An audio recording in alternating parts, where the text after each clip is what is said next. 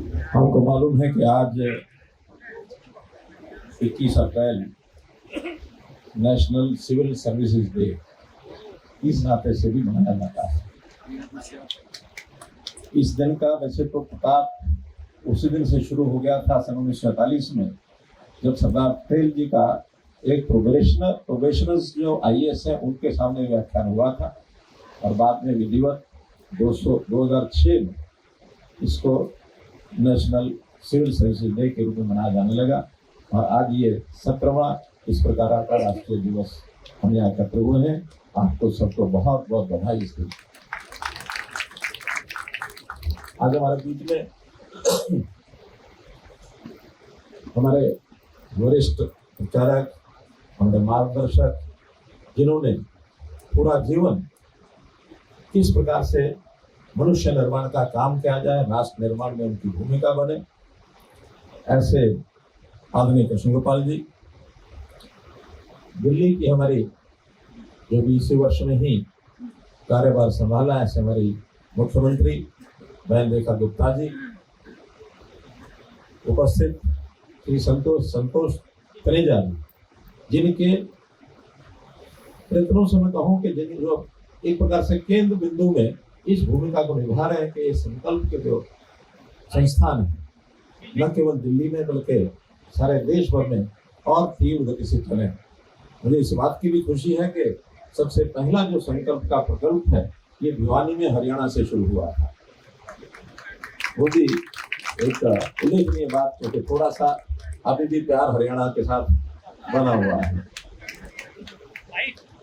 ऐसे ही हमारे बीच में श्री अशोक अग्रवाल जी, श्री मधुसूदन अग्रवाल जी, डॉक्टर जी प्रसन्न कुमार जी के बारे में हमको सबको पता होगा कि इस संकल्प संस्थान के वो अध्यक्ष हैं, और ये भी हरियाणा के IAS कैडर से हैं। इनका हमारा बहुत पुराना संबंध है, तो लगातार हरियाणा की सेवा करते रहे। उपस्थित बहुत नाम है मंच पर भी, ऐसे इस संकल्प के प्रकल्प को सहयोग करने वाले, इसको आगे बढ़ाने वाले कितने ही दानी सज्जन हैं, कितने ही शुभकामना इस संस्थान के प्रति रखने वाले सभी हमारे भाई बहनों। और यहाँ जरूर कुछ ना कुछ प्रशिक्षु भी बैठे हैं जो इस संस्थान से अपनी ट्रेनिंग को प्राप्त कर रहे हैं। आज के दिन आप सबका अभिनंदन, आपको सबको मैं बधाई देता हूँ कि आज ये जो नवनिर्मित भवन है, संकल्प का नवनिर्मित भवन, जिसका नाम भी संकल्प भवन रखा गया है, तो इस नाते से इसके उद्घाटन के अवसर पर माननीय कृष्ण गोपाल जी हमारे बीच में हैं। पूज्य संसदीय चालक जी ने इसका शिलान्यास किया और आज आपके द्वारा इसका विधिवत उद्घाटन हुआ। इस राष्ट्र सेवा, राष्ट्र निर्माण के कार्य में राष्ट्रीय स्वयंसेवक संघ के मार्गदर्शन के बिना शायद से आगे चलना कठिन है। तो इस प्रकार से आपका इस कार्यक्रम में हम लोगों को आने का जो अवसर मिला है, इसके लिए मैं भी अपने आप को धन्य मानता हूँ। ये जो संकल्प का प्रशिक्षण केंद्र, इसका जो छात्रावास है, खास करके बेटियों के लिए जो बना है, ये और इसकी आवश्यकता और जो मांग थी उसको आज पूरा किया गया है। क्योंकि ट्रेनिंग के लिए घर से बाहर लड़के जाते हैं तो शायद माता पिता की भी चिंता नहीं होती, लेकिन जो बेटियां लड़कियां बाहर जाती हैं तो उनकी सुरक्षा की चिंता उनको भी होती है। तो इस भवन बनने के बाद कम से कम माता पिता भी निश्चिंत हो गए कि हमारी बेटियां जो इस प्रकार का यानी प्रशिक्षण लेने के लिए, और एक अच्छे इस प्रशिक्षण के लिए, वो सामान्य प्रशिक्षण नहीं है, क्योंकि यहाँ के प्रशिक्षण के बाद जीवन में बहुत बड़े बड़े संकल्प एक युवा लेता है कि मैं बड़ा होऊंगा, मैं इस काम को करूंगा, इसको करूंगा, और एक IAS बन करके देश की सेवा करना, एक अधिकारी बनना, ये उनका संकल्प होता है। तो ये आते हैं, सब सुविधाएं यहाँ उनको मिलती हैं, शिक्षा की, अच्छे अच्छे जो शिक्षक हैं उनको यहाँ पढ़ाते हैं। तो उस प्रकार से अपने संकल्प को पूरा करने के लिए, एक अच्छा अधिकारी बनने के लिए आगे बढ़ते हैं। तो ठीक है कि सब लोगों को शायद उस प्रकार का अवसर तो नहीं मिलता होगा, लेकिन काफी लोगों को यहाँ से निकलने के बाद, चाहे IAS है, चाहे IRS है, चाहे IPS है, अथवा IRS अथवा IFS है, तो अखिल भारतीय जितनी सेवाएं हैं उसमें जाने का नहीं होता कि आप में से निकल करके कोई अखिल भारतीय सेवा में अधिकारी बन गया। संकल्प का संकल्प कुछ और ही है, और वो संकल्प है कि इस देश की राष्ट्र के निर्माण में अपनी भूमिका निभाना और उस राष्ट्र निर्माण में व्यक्ति निर्माण, इसकी बहुत बड़ी आवश्यकता। आईएएस तो यहां से बाहर से भी लोग बनते हैं, अधिकारी को जरूरी सारे यहीं से सब बनते, ऐसा नहीं है, बाहर से भी बनते हैं, लेकिन उनकी भूमिका और यहाँ से निकला हुआ विद्यार्थी, यहाँ से प्रशिक्षित विद्यार्थी, इन दोनों में बहुत बड़ा अंतर होता है। यह एक सोच दी जाती है, एक संस्कार दिया जाता है, एक उनको जीवन मूल्यों के बारे में बताया जाता है कि हमको केवल नौकरी करनी है, इसके लिए नहीं हमको प्रशिक्षित किया जा रहा है, बल्कि उस नौकरी के माध्यम से हमको राष्ट्र निर्माण करना है, राष्ट्र निर्माण के माध्यम से राष्ट्र के लोगों की सेवा करनी है, इस समाज को कैसे आगे बढ़ाना है। क्योंकि जो भूमिका होती है आईएएस की, वो बहुत बड़ी भूमिका होती है। नेता, प्रधानमंत्री, मुख्यमंत्री, सांसद, मंत्री, ये सब एक नीति निर्देश तो बना सकते हैं, पॉलिसीज बना सकते हैं, कानून बना सकते हैं, लेकिन उसको देश में लागू करने का काम, लोगों को उसका लाभ कैसे पहुंचे, इसकी सुनिश्चितता ये जो हमारा आईएएस का जो वर्ग है, ये जो अखिल भारतीय अधिकारी हैं, यही करते हैं। इसीलिए सरदार पटेल ने एक वाक्य कहा था कि जो आईएएस है, it is the steel framework of the country, यानी हमारा जो ताना बाना है देश का, शासन का, ये स्टील फ्रेमवर्क आईएएस का है। आईएएस जितना सुदृढ़ होगा, मजबूत होगा, जितना कल्पनाशील होगा, जितना सुदृढ़ संकल्प का होगा, उतनी चीजें आगे बढ़ सकती हैं। तो इसलिए हमारा सबका जो रोल, जिस प्रकार से यह शिक्षा दी जाती है, उसके अनुरूप हमको आगे बढ़ना चाहिए। अधिकारी के नाते हमारे लिए पैसा गौण है, व्यक्तिगत संग्रह, हाउ टू गेट, ये हमारे लिए उतना बड़ा विषय नहीं है जितना हाउ टू कंट्रीब्यूट। हम कंट्रीब्यूट क्या करते हैं देश के लिए, पैसा इकट्ठा करना, हाउ टू कलेक्ट, ये हमारे लिए बड़ी बात नहीं है। हाउ टू डिस्ट्रीब्यूट, ये हमारे लिए महत्वपूर्ण है। पैसा साधन बहुत है सरकार के पास, लेकिन उसका डिस्ट्रीब्यूशन ठीक से हो रहा कि नहीं हो रहा, जहाँ आवश्यकता है वहां जा रहा कि नहीं जा रहा, वहां लग रहा कि नहीं लग रहा। प्रतिदिन हमारे पास बहुत सी योजनाएं आती हैं, दिल्ली सरकार भी अपनी बनी है, तो दिल्ली सरकार में भी इस प्रकार की योजनाएं, बहुत योजनाएं आती है। इसलिए उन सब का ये जो आईएएस वर्ग है, बहुत अच्छी तरह अनुभव हमारे कौशल जी चीफ सेक्रेटरी रहे हैं पंजाब के, जी प्रसन्ना जी हिप्पा और बाकी हरियाणा के भी डिपार्टमेंट संभालते रहे हैं, और भी बहुत आईएएस होंगे यहाँ। अभी एक थोड़ी सी चर्चा का विषय मंच पर बैठे थे, हमारे कृष्ण पाल जी से मैं कर रहा था, तो एक परिचय कराया गया, एक्स आईएएस जी प्रसन्ना। अब मैं एक प्रश्न छोड़ता हूँ आपके सामने कि आईएएस आईएएस रहता है या एक्स आईएएस हो जाता है? अब इसका जरा उत्तर खोज लें तो जरूर हमारे तक पहुंचा दें। मैं तो मानता हूं professor is always a professor, चाहे रिटायरमेंट के बाद अपने घर बैठा है। जनरल, कर्नल, सूबेदार, वो हमेशा वही डिग्री लेके चलता, वो कभी रिटायर नहीं होता। तो आईएएस मेरा मानना है कि एक हमारी डिग्री है, IAS is always IAS. Retirement के बाद भी हमारी भूमिका कम नहीं होती है। अब जैसे जी प्रसन्न अपना काम कर ही रहे हैं, वो इसीलिए कर रहे हैं कि वो एक आईएएस की डिग्री प्राप्त है, नए आईएएस कैसे बनाए जाए, कौशल जी भी वो काम कर ही रहे हैं।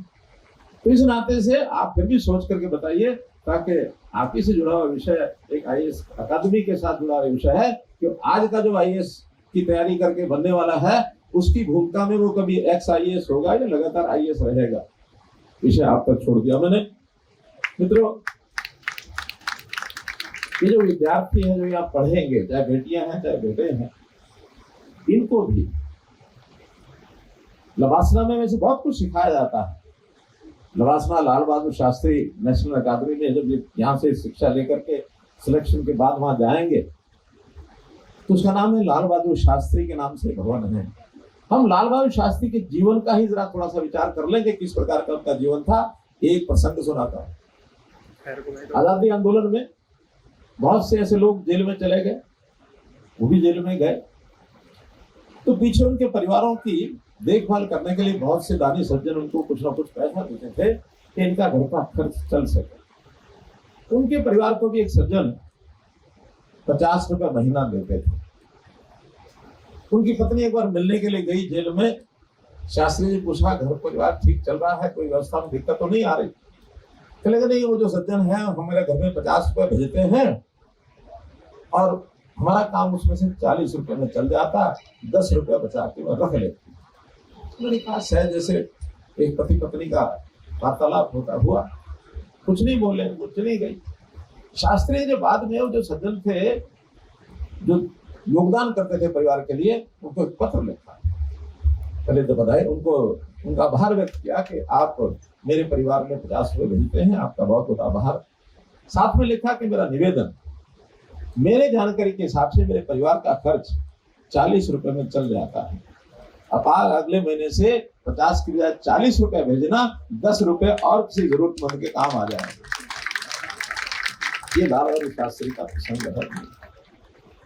उनके नाम से जो भवन है, उनके नाम से जो संस्थान है, वहां हमारा प्रशिक्षण होगा।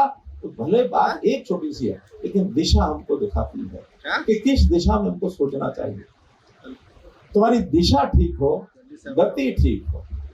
इसके लिए एक छोटी कहानी सुना के अपनी बात समाप्त करूंगा। एक बार कुछ नौजवान अपने किसी लक्ष्य को लेकर किसी गांव में जाने के लिए पैदल जा रहे थे। तो पैदल जा रहे थे, रास्ते में एक वृद्ध व्यक्ति मिले।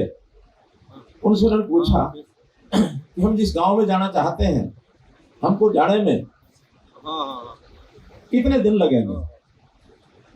बोले कि कितने दिन लगेंगे, इस जन्म में तो पहुंच नहीं सकते, अगले जन्म में देख जाएगा।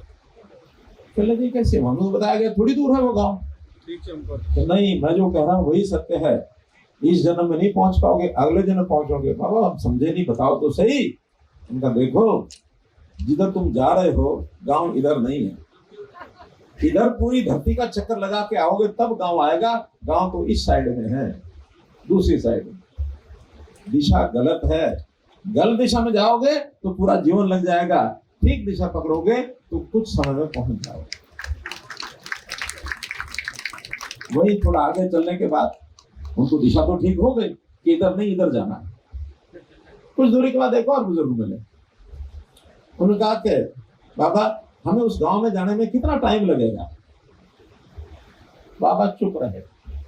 फिर पूछा, वो फिर भी चुप रहे। पहले उनको लगा कि इसको समझ नहीं होगी या ऊंचा सुनता होगा। उन्होंने जोर से पूछा, बाबा हम उस गांव में जाना चाहते हैं, कितना समय लगेगा? फिर भी चुप रहे और ये निराश होकर चल पड़े कि ठीक है, जो गांव आएगा आएगा। जब ये चल करके लगभग 100 मीटर चले थे तो बाबा ने जोर से आवाज लगाई तो सुनो बेटा, तुम्हें 2 घंटे लगेंगे जाने में। अभी बड़े हैरान हुए कि हमने उस समय पूछा, इन्होंने जवाब नहीं दिया, मुंह नहीं खोला, और हम इतना चल के आ गए तो हमें जोर से पीछे से कह रहे हैं कि 2 घंटे लगेंगे। उनके मन में कुतूहल हुआ कि कोई खास बात है, चले पूछे तो सही। वहां जाके पूछा, बाबा पहले तो आपने बताया नहीं, अब हमारे इतने चलने के बाद जोर से आप बोल रहे हो 2 घंटे लगेंगे। लगे बेटा जब तुमने पूछा था उससे मुझे ये पता नहीं था कि तुम्हारी गति कितनी है। 100 मीटर चले हो तो तुम्हारी गति पता लग गई, इसलिए कह रहा हूं कि 2 घंटे में पहुंच जाओ। तुम्हारी दिशा और हमारी गति दोनों अगर ठीक है, दोनों का तालमेल है, तो हम निश्चित रूप से अपना संकल्प भी पूरा करेंगे और जो संकल्प द्वारा लिया गया संकल्प है उसको भी पूरा करेंगे। इतना मैं आपको विश्वास दिलाता हूं। और मैं ये कहूंगा कि संकल्प लेना आसान है। हमारे एक गीत संघ में बोला करते थे, शपथ लेना तो सरल है पर निभाना ही कठिन है। जगदीश मित्तल जी बता रहे मेरे पीछे। तो संकल्प लेना आसान होता है कई बार, लेकिन उसको निभाना बड़ा कठिन होता है। तो इस कठिनाई से अगर गुजर गए, पार कर गए इस कठिनाई को, तो निश्चित रूप से जीवन में जो हमारा दायित्व है समाज के प्रति उसको हम जरूर पूरा करेंगे, ऐसा मेरा मानना है। अंत में मैं एक शुभेच्छा रखता हूँ ऐसे विद्यार्थियों के लिए कि ऐसे जितने संकल्प के ये प्रशिक्षण स्थान बने हैं, ट्रेनिंग के हमारे सेंटर्स, शिक्षा के हमारे केंद्र, यहाँ हम अपनी पढ़ाई समयबद्ध करते ही हैं, लेकिन बहुत विद्यार्थी आजकल ऑनलाइन शिक्षा भी है, अच्छा साहित्य पुस्तकें बड़े बड़े राइटर्स की लिखी जाती हैं, क्योंकि कोई IAS के लिए, ऑल इंडिया की सर्विसेज के लिए कोई पाठ्यक्रम सीमित नहीं होता, असीमित होता है। शर्मा जी का बेटे अभी भी IAS बने, इनको पता है, रामस्वरूप शर्मा जी। तो असीमित होता है ज्ञान, तो असीमित ज्ञान को कहीं से भी लिया जाता है।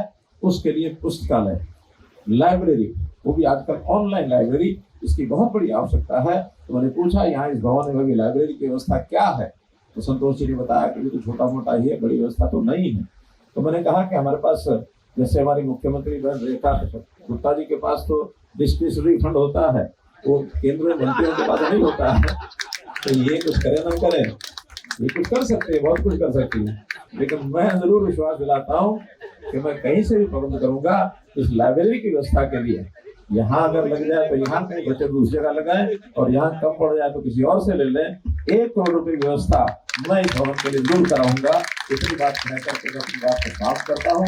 आपका बहुत बहुत धन्यवाद, बहुत बहुत आभार।